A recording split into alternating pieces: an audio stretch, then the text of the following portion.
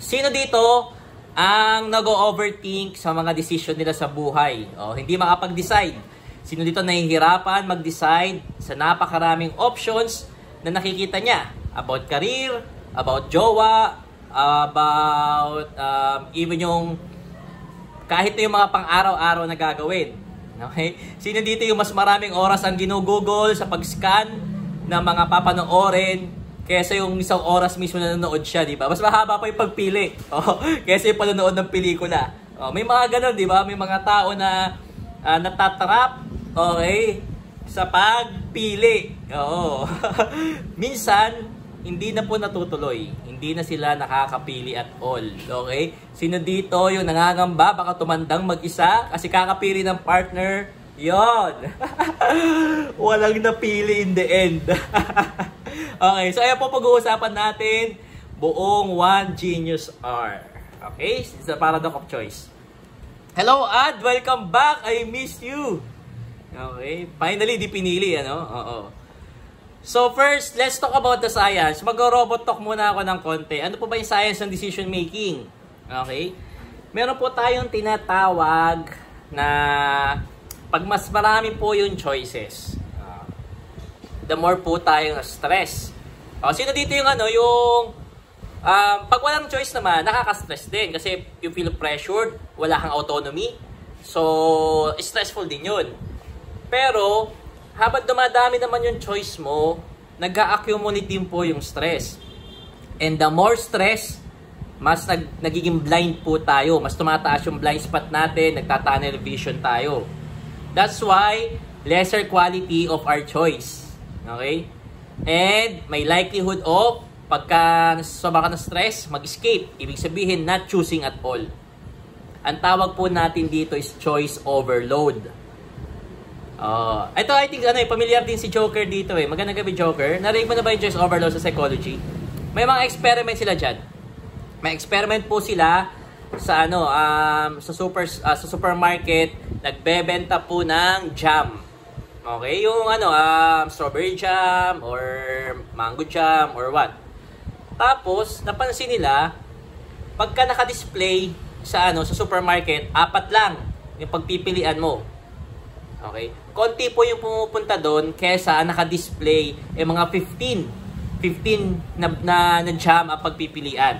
Okay? Mas marami pong pumupunta sa maraming choice. Oo. So, parang nature ng tao yung pumunta sa mas marami siyang options. Okay?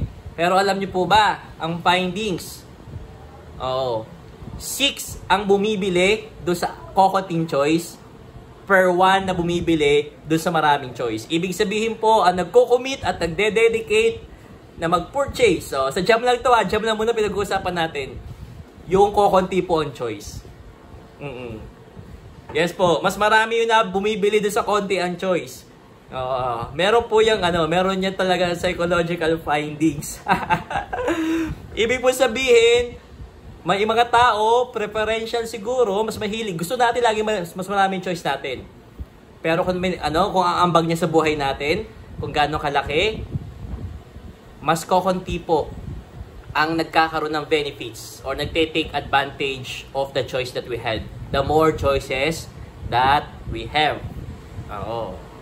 Matindi po yun. Kaya pala pag sinabi no choice, yun na talaga ginagawa. Napilitan na yun kasi isa lang naman yun, di ba? Ang tanong dyan, kung halimbawa, sa kakapili mo ng ng ulam, parang gano'n, hindi ka na lang bumili. Ang tanong na dyan, kakain ba ako o hindi? Doon na napunta yung choice mo. Yes or no na lang. May mga tao po, tagal mamili ng yung pagkain, alam mo yun, miski sa for example, sa cafe. Ang tagal pumila ka pa, di ba? Tapos ang tagal mo dun sa pila kasi namimili, di ba? Parang umupo ka kaya muna, di ba? Saka ka pumili. Para pag nakapili ka na, saka ka pumila. Pero that's the finding. That's why madalas, pagka para hindi po ako magkaroon ng choice overload in any menu, madalas lang po kung hindi ako familiar sa isang restaurant na napuntahan ko, I ask for the best seller. Ano po yung pinakamabenta nyo dito para hindi na ako mag-iisip. Gusto kong subukan. Magdadalawang isip sa nila, sa napili nila, Coach Kaloy. Tama po yun. Okay? That's doon sa bestseller, tawag dito. Kasi minsan naman pag nakapili ako ng paborito ko, tapos minsan sabihin out of stock, o di wala, o mas stress ka lang lalo, may is ka lang. So tatanong ko, ano yung bestseller nyo na available? Mape-pressure ka pa mamili. So ayan po yung yung unang science na nagpapahirap sa atin sa about choice. Aba, tingnan mo nga naman, lupit nung gin, tapos beer yung beer yung chaser. Next, meron po tayong tinatawag naman na if across your day. Sa buong maghapon nyo, lagi ka nagde-decide. Marami kang choices na ginagawa. Okay, one after another. Okay? Nagkakaroon naman po tayong tinatawag ng decision fatigue. Ibig po sabihin, napapagod na po tayong mag-decide. Habang nagde-decide sa buong araw, nakakapagod po o nakakaubos daw ng willpower sa pagde-decide. Kaya marami pong businessman na magagaling mag-decision sa kumpanya, pagdating sa gabi, may affair. Kasi madali nang sumuko sa temptation pag pinagod na yung utak mo sa pagdidesisyon ng buong maghapon. May mga tao sa gabi, madali pong matempt whether it's unhealthy dessert, whether it's having an affair, whether yung mga ganong kasi gusto nang drained na ako, gusto ko nang mag-unwind. Meron pa siya tinatawag na concept ng dyan. Tawag dito, meron pang concept ng parang nakakota na ako sa pagiging mabuti. Gagawa naman ako ng konting konting sama, konting pagiging sutil or pagiging gago. Yan. So, pag pinagod nyo po buong araw ang sarili nyo sa pagde-decide, as you go along the way in your day, mas lalo po tayo nahihirapang mag-decide ng mga tamang desisyon. Pipiliin natin yung masaya or masarap na desisyon. So, reasons, excuses, may mga excuses na kumota na sa pagiging mabuti. Apo. That's why po, pagka breakfast, hindi na ako nagde-decide na kakainin. Ang iisip ko na lagi, anong sabaw? I want my breakfast kung ano yung sabaw na meron sila. Okay? Tapos yung damit ko po na sinusuot is, tawag dito, Coach Kaloy, Coach KD, fish ako sa office pag doon ako nag-breakfast. Pero pag dito ako sa karindera dito sa bahay, yung sabaw yung hinahanap ko, madalas. Unless may dinuguan, kasi minsan nagdidinuguan ako . Okay. Next, yung outfit po, yung outfit of the day. Napansin nyo po si Steve Jobs, one turtleneck na black lang ang kanyang lagi sinusuot. Itim lang na turtleneck ang lagi sinusuot. Si Zuckerberg, lagi lang na bluish or grayish na na t-shirt. Okay, tawag dito yung isang vlogger, yung 1 minute. Sino yung nagwa 1 minute? Basta yun, yung vlogger na yun, sikat din yun . Tapos meron siyang si Nash Daily. Meron siyang damit na may battery. Battery sa harap, tapos nakalagay parang 36% life, parang ganun. Okay, one t-shirt lang din siya. Maraming t-shirt Don't get me wrong, marami silang t-shirt, isa yung itsura, isa yung kopya. Bakit? Ayaw po nilang mag-decide. Okay, ibig po sabihin, nag-fix na sila ng gagawin nila na everyday, ito lang susuotin ko para hindi ma-consume yung energy sa pagde-decide. Okay? Si Obama, dalawa lang daw yung pagpipilian niyan, isang black tsaka isang blue na tuxedo, parang gano'n, or suit, okay, business suit. So bilang president, yun lang pinagpipilian niya. Okay? Para po yung mga critical na desisyon, kung gagirahin ba isang bansa o hindi, naka-reserve yung buong willpower mo doon. Wala kang decision fatigue or mas minimal ang pagod mo sa pagdidesisyon. Yun. Either black, blue, or gray. Limit the choices. Yes po. Actually, hindi lang limited the choices. You made the choice only once. Nag-decide ka na ng isang beses, tapos lagi ka na lang yun. Yun na lang lagi mong chino-choose. Okay?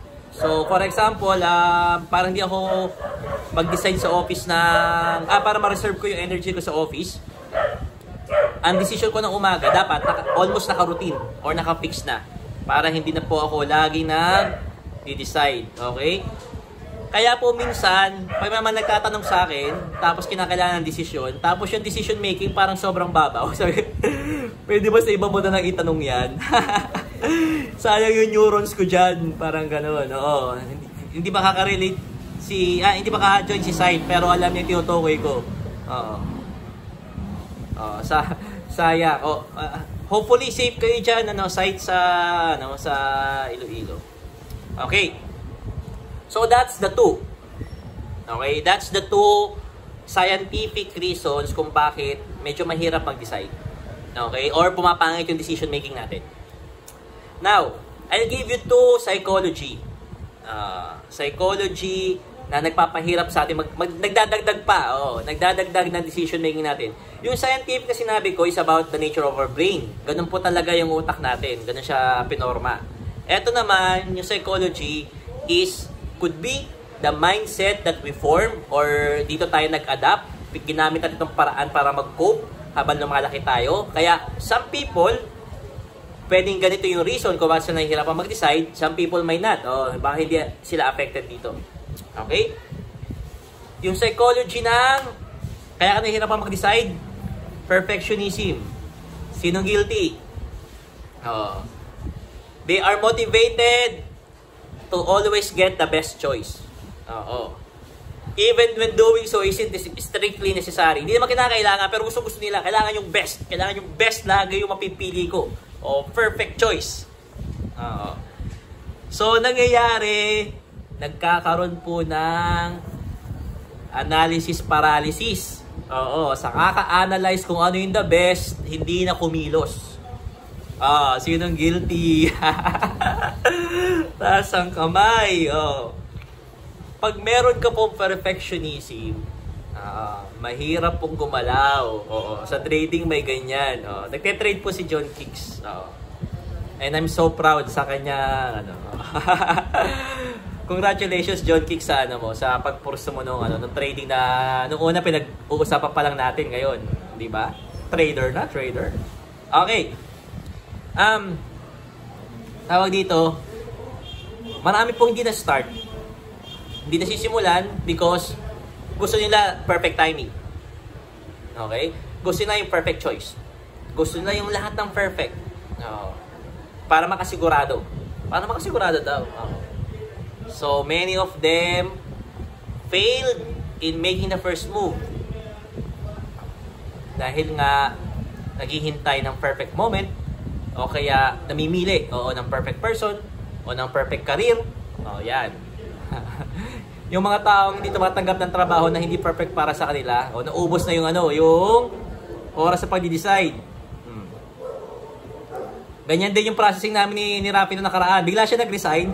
Nagulat ako. Walang okay lang naman po yun kung coaching partner mo you do not need to consult everything about your life. Pero nagulat ako doon, bigla siya nag-resign.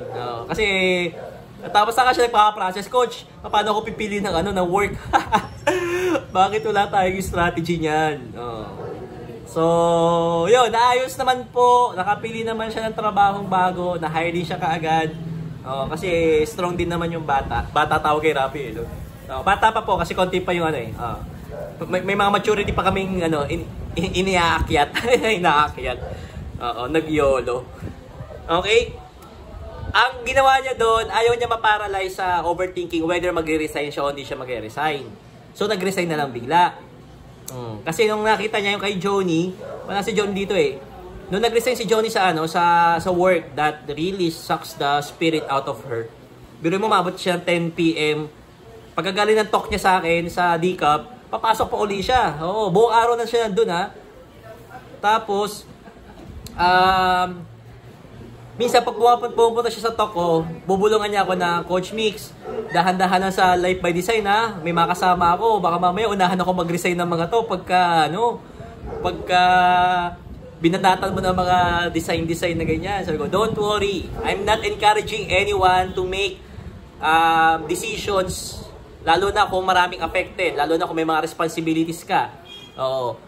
Na spur of the moment lang. Oo. We want it to be strategic. So yung pag-alis naman ni Johnny is strategic naman yun. Decide when you're in the position of power. Okay. So meron po ba dito affected ng perfectionism? Next, na mindset. Okay? Second, mindset sa psychology. Meron kang idea ng permanence. Yung una, perfectionism.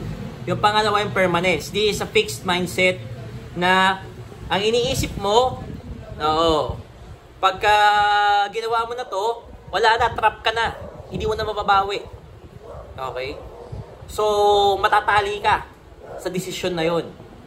Oo. Takot sa commitment. So, opo. May mga ganun pong tao, takot mag-dedicate. Pwede rin takot mag-commit. Pagka, alam niyo yung halimbawa, anong pang pelikula nun? The Bachelor yata yung pelikula nun, na matagal niya na yung girlfriend niya, tapos, hindi niya mayaya ng kasal. Kasi ang feeling niya, para raw siyang kabayo na malalagyan ng tali sa liig. Medyo lang, Ed, po tayo, mental wellness po tayo ngayon, hindi pa po relationship, sa Wednesday po yung mga ganyan topic. Pinapasadahan ko lang. So, yun. Yung permanence po, halimbawa, iniisip natin, pag pumili tayo ng job, permanent na yung job. Matatrap na tayo dun sa job. Actually, nung ini-encourage ako nung una ng father ko na magsiman, sabi ko hindi, magko-comsci. Tapos sabi ng father ko, magkano kikitain mo sa comsci? Sabi ko pa, hindi mahalaga yung kikitain, ang mahalaga yung gusto mo yung ginagawa mo. Tapos sabi ng father ko, sige, susuportahan kita. Maganda lang yung opportunities na ibibigay sa iyo sa pagbabarko. Pero kung yan yung gusto mo, I'll support. Sabi ng father ko. So nag-comsci ako, 1 taon. Tapos po, habang nandun, nakita ko yung maraming graduate ng comsci, nagtatrabaho sa com shop. Ayun, sabi ko, balik na lang ako, mag-ano na lang ako, pasok lang ako ng academy, mag-seafaring na lang ako, ganyan. Actually, pinapipili ako ng seminary or academy. Tsaka medyo nasa deepest or nasa lowest part ako ng life ko nung time na yun. Medyo nagwawala ako nun. So gusto kong ikulong yung sarili ko. Actually yung mas naging factor ng decision ko yung pag-alis ko sa family ko ng college kesa po yung magiging career ko pagka-graduate. Okay? So gusto ko lang tumakas talaga. I was really escaping my life. Kasi it was like so painful at that time. So yes po, magpapare, seminary. So nung pinili ko yung academy, yun, sobrang ganda nung naibigay niya sa akin na growth. Sobrang na-empowered niya ako. Doon ko natutunan yung case of love, doon ko nabuo. Pati yung ethical attraction, doon ko rin nasimula, doon ko na-build yung first tribe ko. Purong mga seaman nga lang, kaya wala po sila dito. Pero hanggang ngayon po, 20 years later, close pa po kaming lahat. Nung nabuo ko na yun na mga friends, super friends. Ang tawag ko sa kanila is bond brothers. May kapatid ako na blood brother, ibig sabihin kapatid ko sa dugo. Sila po yung kapatid ko sa bonding, kaya bond brothers. So yun, yung mga bond brothers ko doon nabuo. Ngayon, ang nangyari po, pagka-graduate ng college, nagbarko. Tapos nung nakikita ko na yung mga nangyayari sa mga kasama ko po sa barko, may mga tumatanda sa pagbabarko na natrap po in the sense na malaki yung sahod, pero hindi nila gusto yung life. Tapos I was about to be promoted. Okay, I was about to be promoted. Tapos sabi ko ganyan, pag na-promote ako, hindi ko kikitain basta yung kita na yan sa lupa. Sabi ko, shoots. So, sabi ko, ano magiging desisyon? ayokong umabot dito kasi yung shipmate na naka-duty ko noon, alam mo yung parang ang dami niyang hang-ups, ang dami niyang pagsisisi sa buhay niya sa mga hindi niya nagagawa kasi wala siya sa Pilipinas. Okay? Tapos sabi ko, malaki yung kinikita nito, pero gusto ko ba yung life niya? Do I want the life of this same person? O, the same life of this person? Tapos, isa po yung nagpa-trigger sa akin na mag-decide ka agad. O, mag-decide na hindi pwede akong tumuloy. Hindi ako pwede magbabad. Kasi pag nasanay ka na po sa kama, mahirap po lumipat sa papag. Oo, ang sabi ko doon, pag nasanay ako nagda-downy ng damit, baka mamaya hindi ko kaya ng walang downy yung damit. Ayun yung mga metaphor na iniisip ko noon. So kinakailangan ko huminto bago ako ma-promote. Ratings po ako noon. Okay? So, yung ratings po ibig sabihin hindi ka pa official. Sabi ko I need to get out. Meron pong career program, ibig ko sabihin pataas po yung chance na mapopromote ka na sa next na nasakay. Tapos sabi ko ayoko, hindi pa pwede.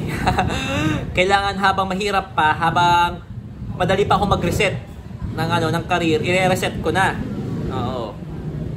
Actually, ang pag-reset ko po noon was parang parang magpapastol ng kambing. Tatakas na naman talaga ako noon kasi hindi ko talaga gusto yung buhay ng yung mali yung bundok na inakitan ko. Oo. Pero I was leaving kagad kasi baka matrap ako nung decision. So ayun po yung nagpa-trigger sa akin para umalis. Ayoko po yung permanence na nakita ko sa mga nag-decide. Oo, matrap. Pero po, mindset po kasi yung permanence. Hindi po siya talaga totoong permanente.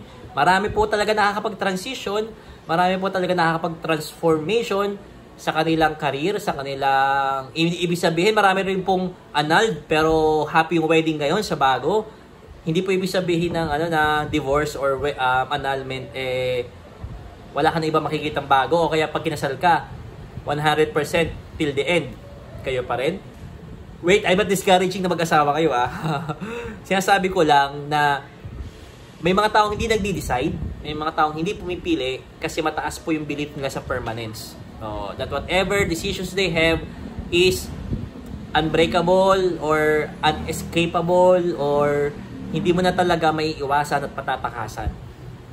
Okay? Kaya hindi na nagdi-decide. Mga natatakot mag-commit. Ito po yung sa ethical attraction natin na trap factor. Dito po nanggagaling sa psychology ng permanence. Na feeling nila pagka nag-i-intimate sila with this partner, binigyan nila yung sila, hindi sila makakaalis, hindi sila makakatakas, hindi sila magkakaroon ng freedom. Okay? Hindi sila magiging malaya. Okay? So that's the two. So yung una, dalawang science, dalawang psychology. Now, let's proceed with the two keys. Dalawang susi kung saan matutulungan natin ang sarili natin na makapag-decide. Okay? First key. First key is get very clear on what you really want.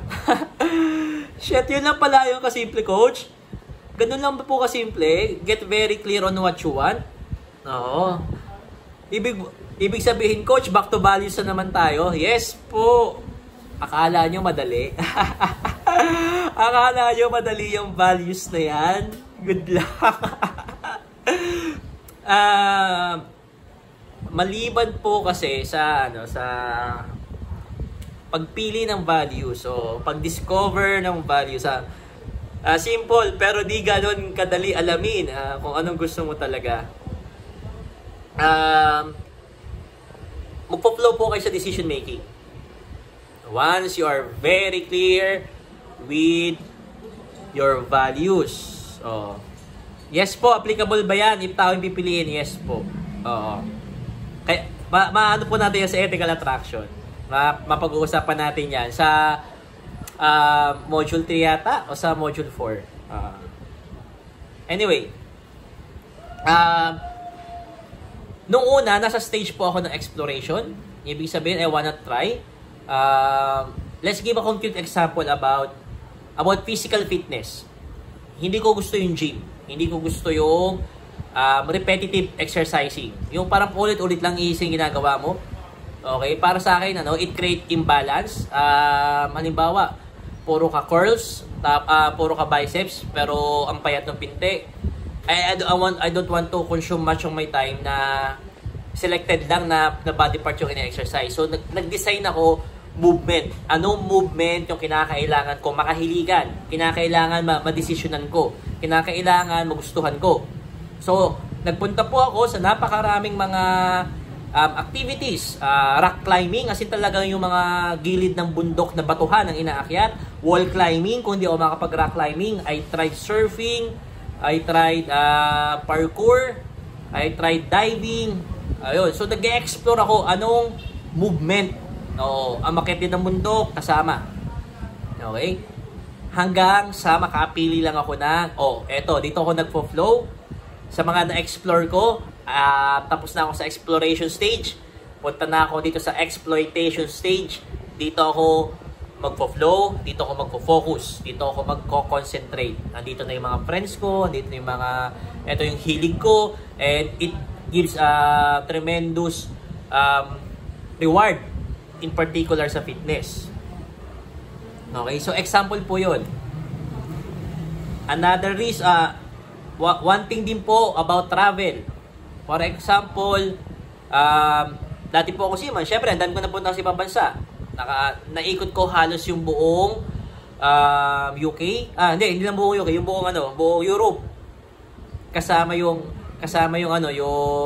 UK, kasama yung France, kasama yung basta Spain, may mga ganun kami. Okay? Tapos US, Canada. So I've been around. Ngayon, I've been to Japan, and sobrang gusto ko yung Japan. I've been to Korea, Singapore. Pero nung nag-decide na akong mag-settle sa Philippines, sabi ko noon, okay, I will dedicate my life, a large part of my life, na iikot sa Pilipinas. So may travel, kung leisure siya, I will focus on Philippines. Marami po tayo dito na pag pumunta ako sa kanila, na-google ko na yung mga pupuntahan ko, pero yung yung kasama ko doon, yung local doon, is hindi pa nila alam, or hindi pa nila napupuntahan, or hindi pa nila nagagawa yung mga ganung activity. For example po sa Bohol, Code, ilan yung waterfalls sa Bohol? Sa buong Bohol?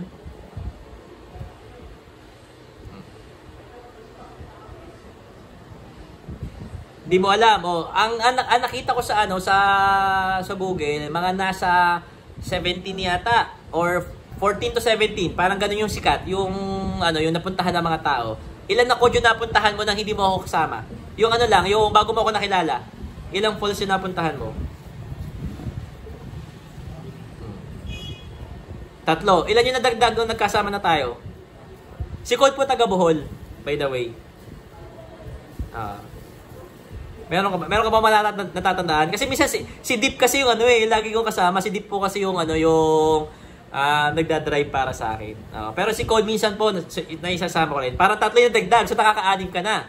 Out of kung 14 man yung waterfalls, nakaka-anim ka na. Ang napuntahan ko na po nasa 11. Tapos hindi ako taga Bohol si Code po yung taga Bohol. Ngayon, may nagaya sa akin na nakaraan. Sabi niya, Mix, alam ko nakwento ko na to sa iba. So kung it's the first time you're hearing this, please indulge me. Ako narinig niyo itong kwento to indulge me. Kung first time mo narinig, it's for you. Okay. May nagaya po sa akin na mag-Taiwan kasi wala na raw visa to Taiwan. Tapos sabi ko, ano gagawin doon? Travel, marami pwedeng puntahan doon. Tapos sabi ko sa kanya, nakadedicate ako mag-travel sa Philippines. Okay, lalabas lang po ako ng bansa pag mag-aaral. For example, may mga course na hindi available dito sa Philippines at kinakailangan physically mong puntahan sa ibang bansa, yun. Pero for work and for leisure, I'm dedicating myself dito sa Philippines. Okay? Lahat na itatayo ko pong business sa Bataan. Kasi ayun na po yung ang metaphor ko po diyan is playing cards, yung baraha. Yung baraha po, kanya-kanya tayo ng marireceive. Okay? Once you get your cards, that's the fate. Ibig po sabihin, wala kang choice dyan. Dumating sa'yo yan. Oo. Wala kang choice sa parents mo. Wala kang choice sa gender mo. Wala kang choice sa mga talents mo, in that sense. Ang choice mo kung ano ipapalakasin. Pag na-receive mo na po yung yung cards mo, dahil ayun yung fate, yung destiny po, kung paano ka po matututo maglaro. If you know how to play the game, kahit mababa ang cards or yung values ng cards, you're destined to win. Pero kahit pataas yung values ng cards, if you don't know the game or you're refusing to play the game, you're destined to lose. So ayun po yung difference para sa akin ng fate and destiny. Yung fate, wala kang choice, dumating. Okay, destiny is how can I make use of this so that it will empower me to receive the life that I want to have. Oo, na yung gusto kong maging design. Yes, parang sa cash flow na game lang. Kung ano yung napunta sa'yo, wala kang choice. Pero paano mo lalaroin yung game, pwede kang manalo. Si Code po ay isa rin sa mga naturuan ko po ng financial literacy by the use of gamified learning. Ibig sabihin, nag-aaral kami using a game, cash flow game. Kaya niya binabanggit. Pati sino pa yung mga turuan ko rito? Si John Kicks. Kaya nagte-trade siya ngayon, trader, kasi na-influence din sa sa cash flow na game. Ako later na lang. Oo, basta dito lang naman yung game board eh. Ay, yung board game. Board game. Okay? So, ayun po yung yung unang key. Get clear on what you really want. Minsan po, matagal siyang desisyonan. Pero once na desisyonan nyo na, lahat po ng mga susunod na decision making, mag-flow-flow na lang kayo. Alam nyo yung i-yes nyo at alam nyo yung ino-no nyo.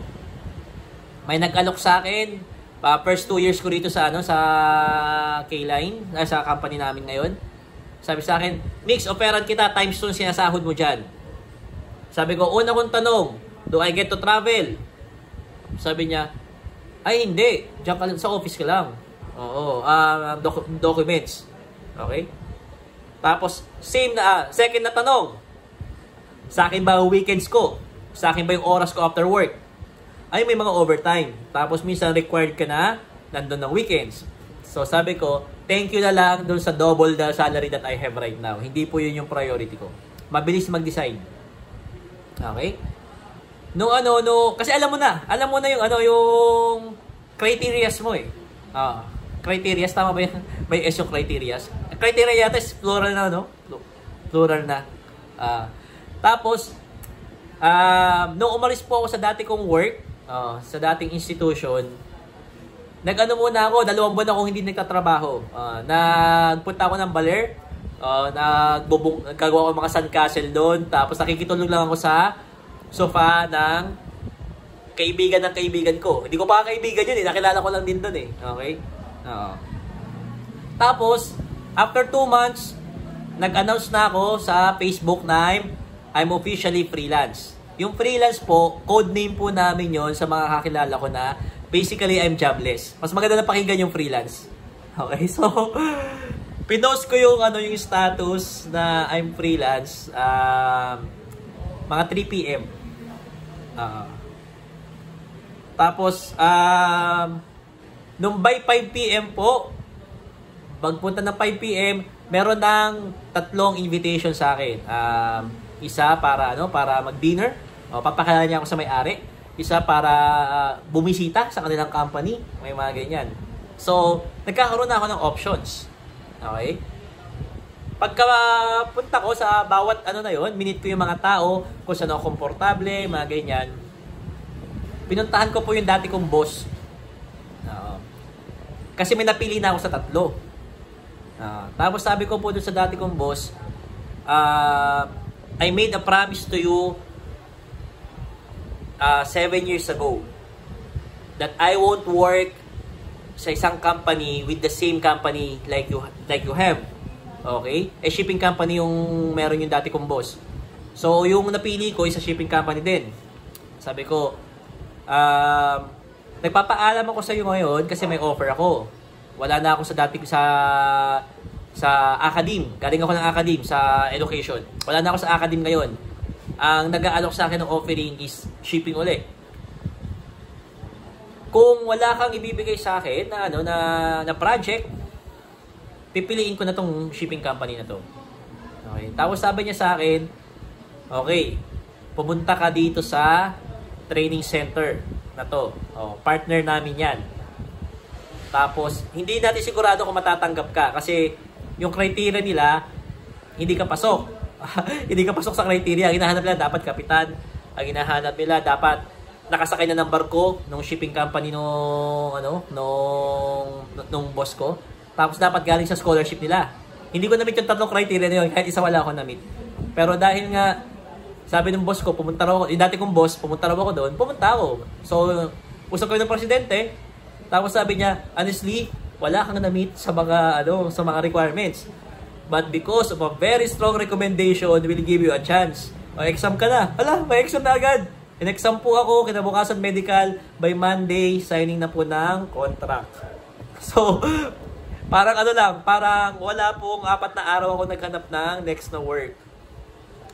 Bakit madali nag-flow?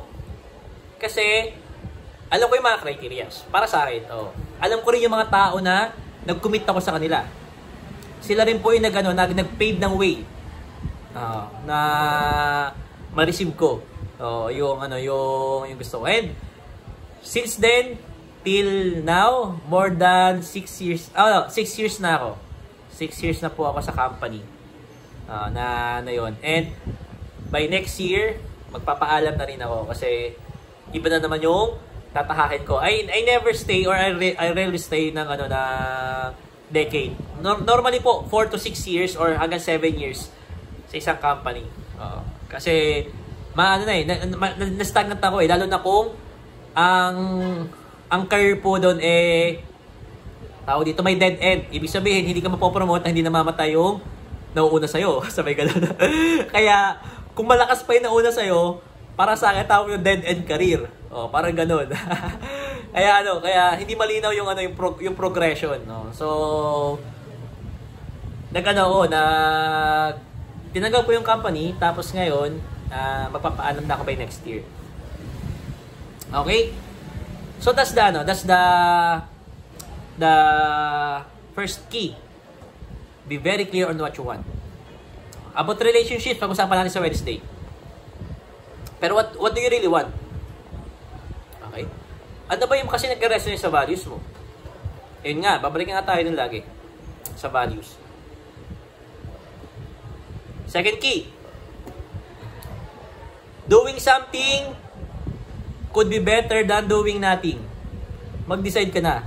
Any decision. At all. Pagka kumakasa yung sa mindset yung perfectionism and permanence, hindi ka talaga magde-decide. So, mawe-waste mo yung time mo na kinakain ng pantanggal ng stress. Yung mga band-aid solution. Ayaw mo mag-decide sa may hirap desisyon, nag-Netflix ka, nag-Mobile Legends ka, kung ano pinagagawa mo kasi tinatakasan mo yung tough decisions. Okay? Most of the time, it's better to do something than doing nothing. Okay? Now, marami po kasing nanghihinayang sa potential. Ayan nga, permanence na naman. Mix, paano kasi kung pumayag ako doon, tapos kontrata namin is 3 years. Edi 3 years na yung waste. Paano ako dadating ng opportunity? Paano ako may ibang potential? Hindi ko mapipili. So, dinidelay niya yung pagpili. Dinidelay niya yung pag-decide. Now, alam niyo po ba yung metaphor? Okay? Yung metaphor ni Peter Pan. Okay? Sino nakakilala kay Peter Pan? Si Peter Pan po is story siya. Yung pan po doon, yung word na pan, ang meaning po noon is everything or all. Literally all. Si Pan po na mythology is parang God of everything. Okay? Kaya nga yung yung pandemic is parang for all people. Oo. So, ayun po yung pan. Hindi po accidental na pan lang yung pinangalan kay Peter Pan. Okay? For everything po siya kasi he is full of potential. Okay? Don't confuse yung word na pan, na all, sa ginagamitan nila about companion kasi pa lang yung pa. Yung pa na word is to feed or ipakain. Yung pani is bread. Kaya yung word na company is a group where you share your bread with. Your companion is someone you share your bread with. So iba po yung pan na all sa pa na bread. Baka ma-confuse lang tayo sa etymology natin. Okay. Ngayon, ayaw ni Peter Pan mag-grow up. Okay, ayaw niya mag-grow up. Mas gusto niya yung potentiality of childhood and he won't give it up. Bakit? Kasi sino po ang adult na lagi nakikita ni Peter Pan? Lagi kasama ni Peter Pan yung mga yung mga bugoy. Oo, yung mga si Peter Pan ang leader ng Lost Boys. Oo. Ang nakikita ni Peter Pan madalas si Neo is Captain Hook. Let's focus on Captain Hook. Bakit ayaw mag-grow up ni Peter Pan? Kasi nakikita niya si Captain Hook, hindi niya gusto gayahin, hindi niya gusto maging adult. Bakit? Siyempre, masama ugali ni Captain Hook. He is a tyrant. Bakit? Bakit tyrant si Captain Hook? Kasi po, meron siyang void. Merong kulang sa kanya. Kulang siya ng isang kamay. Okay? Tapos, yung pain ng pagkawala, yung pain ng injury and pain of the loss of opportunities, that person can really make you angry all the time. Okay? Ano po to, nag-share ng metaphor na to si kay Jordan Peterson ko siya nakita or narinig. Okay? Tapos ano yung lagi nakabuntot kay lagi sumusunod kay Captain Hook? Sino yung lagi sumusunod kay Captain Hook? Na kinatatakutan niya? Is the crocodile. Okay, parrot daw. Review ng konti. Coach Kaloy. Yung crocodile. Tapos, bakit takot si Captain Hook sa crocodile? Kasi yun yung crocodile na kumain ng kamay niya. At nagtitiktak yung crocodile kasi suot ni Captain Hook yung orasan niya nung kinain yung kamay niya. So yung crocodile, you can hear the crocodile coming because the clock is still ticking. And that is literally a clock. Pero metaphorically, tama ba yun? Pero metaphor po niyan is really the time. Time really damaged Captain Hook. Okay? And time will always come back to him to eat him whole. At lahat po ng tao dyan mapupunta. Meron na nakuha sa atin yung time. Sa edad natin ngayon, many things passed by. Okay? And time will not stop. It will continue to chase us and masasara niya lahat ng mga previous na nagawa natin. Hindi mo na mababalikan. Hindi mo na may babalik yung kamay mo. Kakainin ng buo ng time yung buong ikaw. Okay? So, traumatic yung experience na yon kay Captain Hook. Tapos, sobrang traumatic, sobrang dami ng galit ni Captain Hook sa mundo. And sinong bata yung gusto maging katulad niya? Diba? So, Peter Pan, obviously,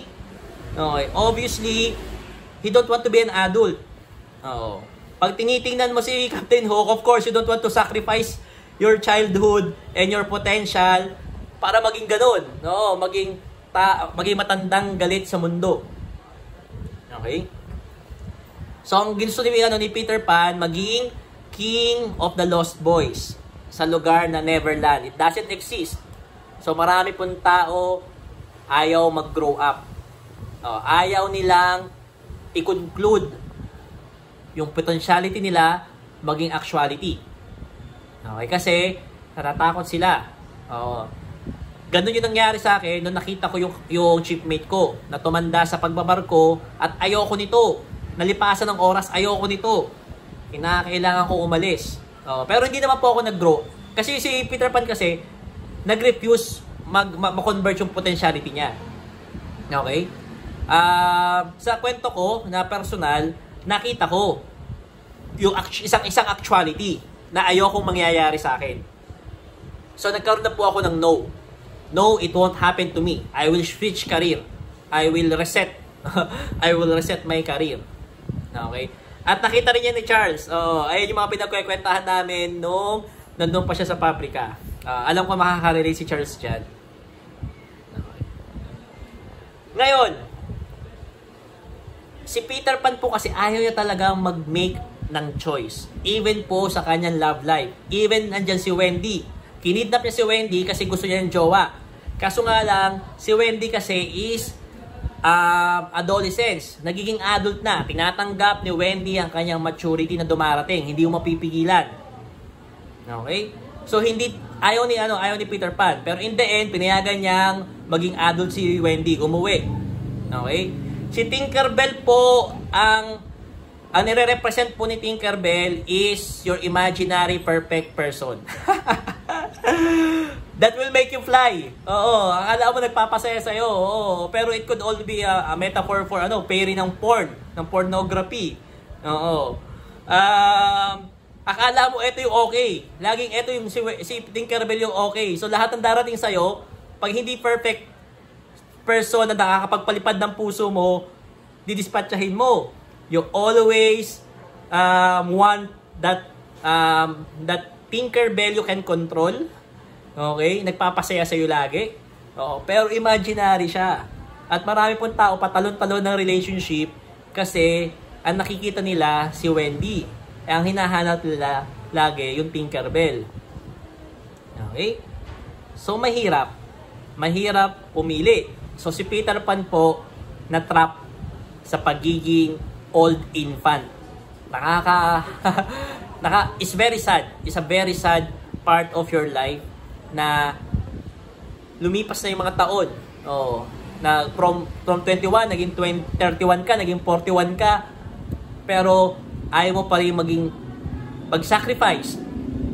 Okay? Mag-sacrifice ng potentiality mo para magkaroon ka ng at least isang actuality. Remember po yung power ng no. For every single yes na ginagawa natin in our life, there are 1,000 no's. Kung ayaw nyong i-sacrifice yung ibang potentiality na yon, nag-yes kayo sa lahat. O kaya, nag-no-no kayo sa lahat. Nung nag-yes po kayo umattend ng Discord ngayong gabi, nag-no po kayo sa thousands of other possibilities. Okay? Nag-no kayo sa Netflix, nag-no kayo sa baka sa work, nag-no kayo sa marami mo yung pinagagawa. Kasi you attended here. For every single yes, there are 1,000 of no's. Kaso nga lang po, yung iba natatakot mag-no sa mga bagay, sa mga potential. Kaya wala nangyayari, hindi umuusog yung life nila. Oo. Pero po kasi, we need to sacrifice those potentialities para magkaroon ng actuality. And sacrifice is a very good word. Nung una, ina-avoid kong gamitin yung sacrifice kasi may feeling ng loss, may nawala sa'yo. So I'd rather use the word investment. I'm investing my time attending a Genius Hour so that I can learn. Okay? Pero yung sacrifice po kasi na word, yung sacre po dun kasi is sacred. Oo. Para po sa mga gods, kumbaga. Tapos, yung yung pasere, yung sa sacrifice, yung pasere doon, or ang ibig niya sabihin is to give, or to offer, or to put, o ibigay, o ilagay. Ayan po yung ibig sabihin ng sacrifice. When we are sacrificing something, it means we are dedicating one thing because we believe. Mahalaga po to. Oo, ino-offer ko to. Ino-offer ko tong moment na to kasi naniniwala ako dito. Okay? Ayaw ng mga taong mag-sacrifice kasi masakit. May loss sa kanila. Pero when you are in the spirit of overflow at nag-o-offer ka, ino-offer ko tong oras na to, tong moment na to para sa pinaniniwalaan ko na greater than me, greater than myself, greater than my present self. Baka ito makakatulong sa akin maging best version of myself. So I'm sacrificing all those other opportunities or potentialities. At nagkakaroon ako at least isang solid na actuality. Okay? We sacrifice because beneficial. Yung word po na benefit, last na etymology for the night. Yung word po na benefit is a very good word din. Yung bene is well or good. Parang well done. Ganyan. Parang benevolence, di ba? Yan. Ayun yung word na bene is well.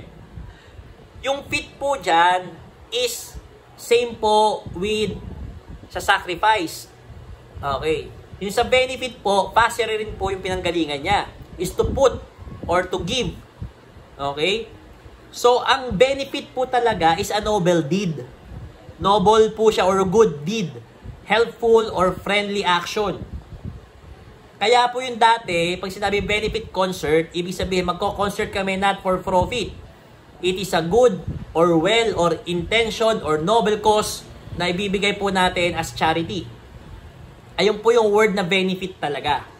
Okay? Pag sinabi po natin company benefit doesn't mean the awards that you receive as employee.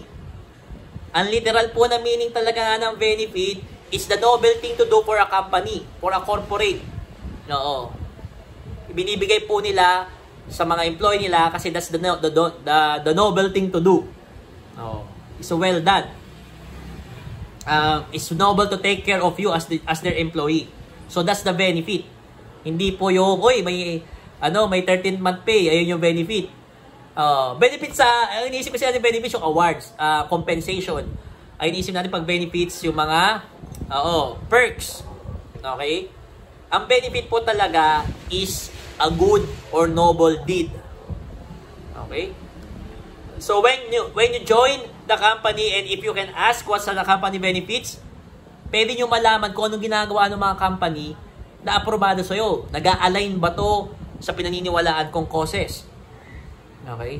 Pag sumama ba ako dito, naniniwala ako sa gustong gawin ng kumpanya kasi this is the noble thing to do. And that is your benefit pag nag-join ka sa company. Part ka na ng company, meron kang grupo na mga tao you share a bread with, company nga, di ba? O companion. Tapos, you have benefits.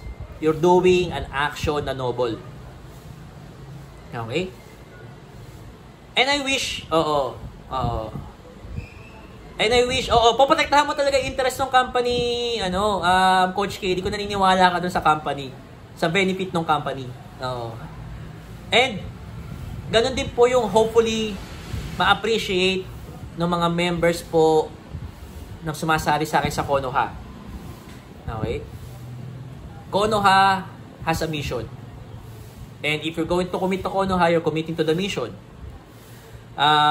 When you purchase any of my courses or partner with me in coaching, hopefully, you recognize the benefits. Not you learning lang. It's you really being kind to yourself. Sabi nga ni Kaloy. That's the noble thing to do. It's a noble thing to do na mag-save tayo ng life. Okay? Coaches help in saving lives, not judging people. Marami po kasi natatakot magpa-coach kasi baka husgahan sila. Hindi po yun yung benefits ng coaching. Okay? Hindi po yun. So, what we do, basically, may mga bagay po akong ginagawa na hindi benefits, ibig sabihin hindi noble. Okay? May mga kulit pa ako. Minsan ang bata sa akin naglalaro pa. Okay? Pero kung mamimili po ako ng desisyon, diba? Titingnan natin yung benefits. And I'm willing to sacrifice. Hindi lang willing. Joyful. You're joyful to sacrifice. As we close, no one makes perfect decisions 100% all the time. We might date the wrong people. We stay in a job longer than we should. We order the wrong dessert. Yung lahat na yan, wala po nakaka-perfect na decision. But actions work in your favor. While inaction rarely does. When you delay making decisions because you're afraid of messing up, perfectionism, or because you're afraid na matrap, yung permanence, wala nagbabago sa buhay natin. Ganun pa rin naman, hindi ako magpapalit ng job. Kasi hindi pa ako ready. 10 years later, hindi pa rin ready. Hindi pa ako magkukumit sa tao na yan. Kasi baka may darating pa na mas better. Okay, baka magbago to. Tapos 10 years later, many jowa later, end up single. Tapos nag-settle na lang bigla. Nag-settle. Alam mo, settle, ang pangit na word na yung settle kasi napunta ka sa ilalim, di ba? Parang pag nag-settle yung mga, lumubog. Parang pag nag-settle down ka, parang ang pangit nung connotation niya na nagtiyaga ka na lang. Wala ka ng choice. Marami kang choice previously. Pero wala kang tinake na from potentiality, kinonvert mo into actuality. Kaya nag-settle ka na lang kung ano natira sa'yo, kung anong meron na nandyan. Okay? Pero, iba pa yung pag-relationship natin ng Wednesday. Okay? General choice po pinag-usapan natin for our mental wellness, for our mental health. When you are proactive, you choose to move ahead. Magpa-progress ka. And that's one of the best decisions you can make. Maging productive. If you are having difficulty in your choices, eto na po ang ating reflective question. Sa mga choices na dyan available sa'yo, which has the most benefit? Not in the sense of most rewarding, most enjoyable, most pleasurable. Hindi. Hindi po yun yung tanong. Which has the most benefit? Ibig sabihin, alam mo na ito yung pinaka-noble na gawin. And once malaman mo na ito yung benefit, ito yung most beneficial, kailan ka magkukommit ng sacrifice? Kailan mo yung offer yung time mo? Kailan mo yung offer yung potentialities na hindi mo na makukuha pag nag-dedicate ka na, pag nag-commit ka na? Ayun yung tanong. Which has the most benefit? And when will you commit to sacrifice? Okay? That's it for 1R Genius R. Marami pong salamat sa mga umattend and ikakat ko na ang YouTube video. See you again next week. Bye-bye. Next week. See you again tomorrow po. Debut performance ni Coach KD. We're excited. And yun, sa masusunod po mga gabi, paalam. Cut ko na to.